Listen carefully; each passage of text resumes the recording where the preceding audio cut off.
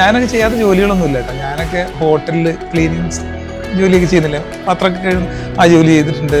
എന്തിന് വീടുകളിലൊക്കെ ചെന്നിട്ട് ആക്രി സാധനങ്ങളൊക്കെ എടുത്തിട്ട് പെറുക്കി വെക്കുന്ന ജോലി വരെ ഞാൻ ചെയ്തിട്ടുണ്ട് ചെറുപ്പം. ഞാൻ ആദ്യം എനിക്ക് MD കിട്ടുന്നത് എയിംസിലാണ്. എയിംസ് എന്ന് പറഞ്ഞാൽ അന്ന് ഇതുപോലെ കുറേ എയിംസ് ഒന്നുമില്ല, ഡൽഹി എയിംസ് അത് മാത്രമേ ഉള്ളൂ. എയിംസ് അവളുടെ ബാക്ക്ഗ്രൗണ്ട് ഒക്കെ അറിയാം. അവളൊരു 5th ഫെയിലാണ് അത് ഭയങ്കര ഒരു ജേർണി. നിങ്ങളെ രണ്ടുപേരെയും ഒരു ലൈഫ് സ്റ്റോറീസിലെ ഡോക്ടർ ഷാനായ പോലും അടുക്കളയിൽ നിന്ന് ICUലേക്ക് എത്തിയിട്ടുള്ള ഒരാളാണ്. ഡോക്ടറായ പോലും ആ ഒരു ഒന്നുമില്ലായ്മ സക്സസ്ഫുൾ ആയിട്ടുണ്ട്. നമ്മുടെ പല സ്റ്റുഡൻസിനോട് പറയാനുള്ള കാര്യം, ഷഹാന മാഡത്തിന്റെ ക്ലാസ്സിൽ ഇരിക്കുമ്പോൾ ഉള്ള ഒരു മോട്ടിവേഷൻ വേറെ ലെവലാന്ന് പറയാറുണ്ട്. വൈഫിനെ പറ്റിയിട്ട് സാർ ഒന്ന്. ശരിക്കും ഷഹാന എൻ്റെ വൈഫായതുകൊണ്ട് പറയല്ല കേട്ടോ. അതായത് ശരിക്കും അതൊരു അവളുടെ ഡോക്ടർ ഷഹാനയുടെ സ്റ്റോറി ശരിക്കും ഇൻസ്പയറിങ് തന്നെയാണ്. അപ്പം ഞാനൊക്കെ എനിക്ക് ചെറുപ്പം മുതലേ ഡോക്ടറാവണമെന്ന് ആഗ്രഹം ഉണ്ടായിരുന്നു. അതായത് ഞാൻ ചെറുപ്പത്തിലൊക്കെ ഇങ്ങനെ ടീച്ചേഴ്സൊക്കെ എപ്പോഴും പറയും ബോർഡിലൊക്കെ ഡോക്ടർ റഫീഖ് എന്ന് എഴുതുമായിരുന്നു എന്നൊക്കെ പറഞ്ഞിട്ട്. അപ്പം ഞാനും ഷഹാന ചോദിച്ചു, എനിക്കും അങ്ങനെ ചെറുപ്പം മുതലേ ഡോക്ടറാവണമെന്ന് ആഗ്രഹം ഉണ്ടായിരുന്നു. ഇല്ല അതാ ഞാൻ ഡോക്ടറാവാൻ വരാൻ കാരണം എന്താ വെച്ചാൽ ഡോക്ടർ ഇതൊന്നും ആയില്ലെങ്കിൽ വീട്ടുജോലിയൊക്കെ ചെയ്തിട്ട് ഒരു സാധാരണ ലേഡിയായിട്ട് ഇങ്ങനെ ചെയ്യുക, അടുക്കളയിൽ പണിയെടുക്കേണ്ടി വരും. അതൊന്നും ഒന്ന് കഴിച്ചിലാവണമെന്ന് വിചാരിച്ചിട്ടാണ് ഡോക്ടറാകാൻ വന്നതെന്നാണ്. ഒരിക്കലും ഒരു എക്സാമിൽ അവരെടുത്തൊരു വൈവേലൊരു ചോദ്യം ചോദിച്ചു, എന്തോ ഒരു സംതിങ് റിലേറ്റഡ് ടു ആയപ്പോൾ മാഡം ചോദിച്ചു, ആർ യു മാരീഡ് എന്ന് ചോദിച്ചു. യെസ് മാം എന്ന് പറഞ്ഞു. അപ്പോൾ മാരീഡ് സിൻസ് യെസ്റ്റർഡേ.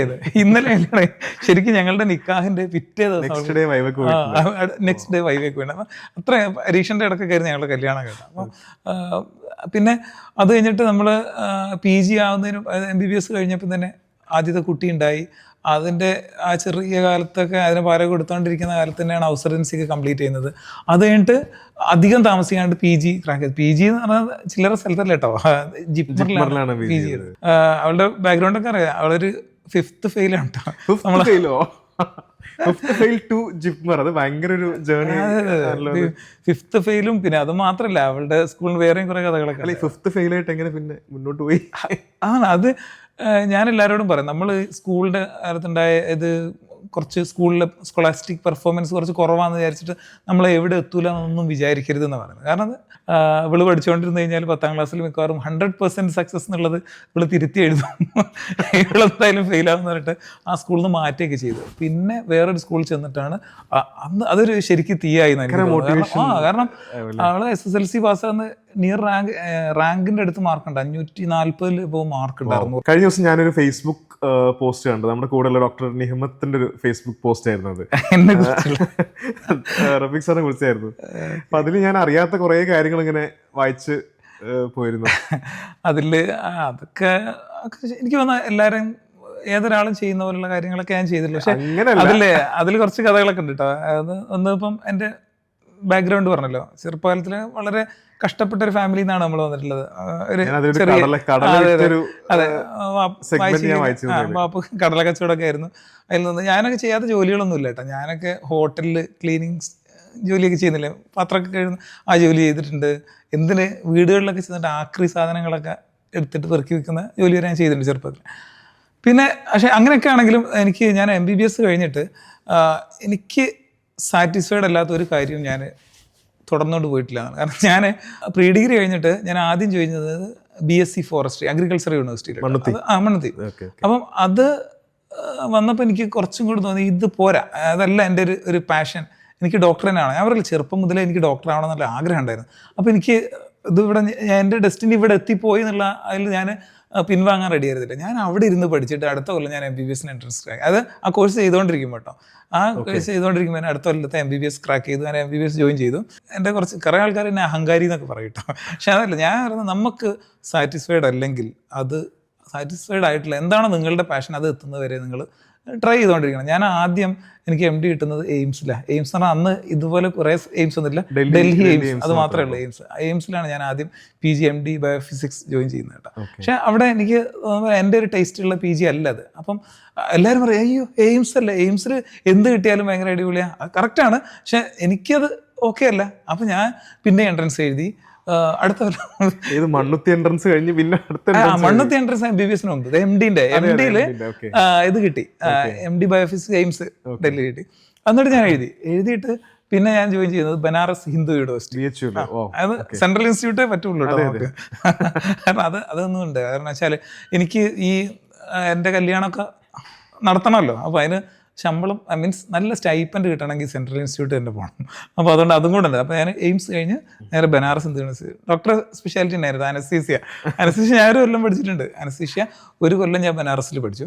അപ്പോൾ എനിക്ക് തോന്നി എനിക്ക് ഇതല്ല, എൻ്റെ കുറച്ചും കൂടെ ഡിഫറെൻറ്റ് ടേസ്റ്റ് ആണ്. ഇഷ്ടപ്പെട്ടില്ല പറഞ്ഞാൽ സത്യം അത് തന്നെയാണ്.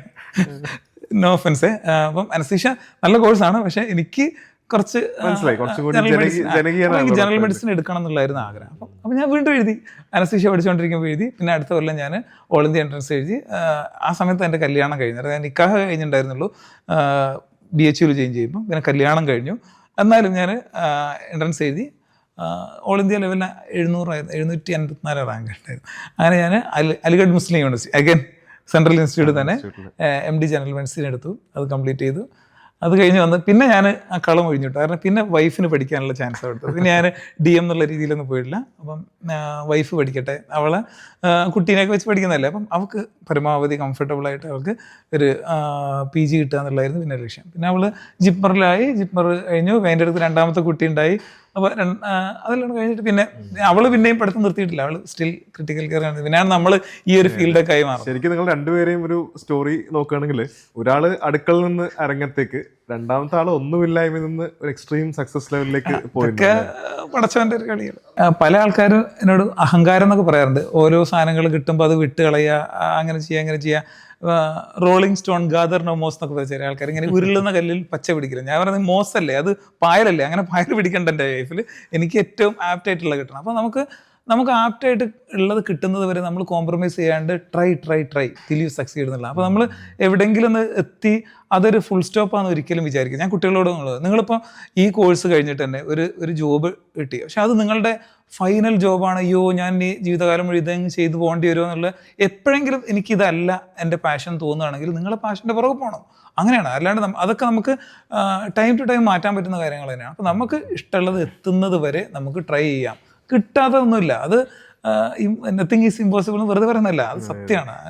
അതിലെ ലൈവ് എക്സാമ്പിൾസ് ആണ് നിങ്ങളെ രണ്ടുപേരെയും ഒരു ലൈഫ് സ്റ്റോറീസിലെ. ഡോക്ടർ ഷാനായ പോലും അടുക്കളയിൽ നിന്ന് ICUലേക്ക് എത്തിയിട്ടുള്ള ഒരാളാണ്. ഡോക്ടർ ആയ പോലും ആ ഒരു ഒന്നുമില്ലായ്മ സക്സസ്ഫുൾ ആയിട്ടുണ്ട്, സക്സസ്ഫുൾ ജേർണി ആയിട്ടുണ്ടെന്നുള്ളത് ദൈവത്തിന്റെ ഓരോ കളികൾ. അതെ, എന്നാലും അതിലൊരു മീനിങ് ഫുൾ ഇമ്പാക്ട് സൊസൈറ്റിയിലേക്ക് ഒരു നല്ലൊരു മെസ്സേജ് കൊടുക്കാൻ പറ്റിയിട്ടുണ്ട്. എന്തായാലും സ്റ്റോറീസ് അല്ലല്ലോ, അനുഭവങ്ങൾ സ്റ്റുഡൻസായിട്ട് പലപ്പോഴും ഷെയർ ചെയ്യാറുണ്ട് കേട്ടോ. അവരൊക്കെ അത് നന്നായിട്ട് റിസീവ് ചെയ്യുന്നുണ്ട്. അതിൻ്റെ ഒരു സന്തോഷമൊക്കെ നമുക്ക് എപ്പോഴും ഉണ്ടാവാറുണ്ട്. ഇതുപോലെയുള്ള ഡോക്ടേഴ്സാണ് നമ്മുടെ ഫാക്കൽറ്റീസ് GECയിൽ. ശരിക്കും പിന്നെ എങ്ങനെയാണ് നമ്മുടെ സ്റ്റുഡൻസ് താഴോട്ട് പോകുക അല്ലേ? അവർ ആ ഒരു ജേർണിയിൽ കരിയർ ഗ്രോത്തിൽ സക്സസ്ഫുൾ ആവുക തന്നെ ചെയ്യും.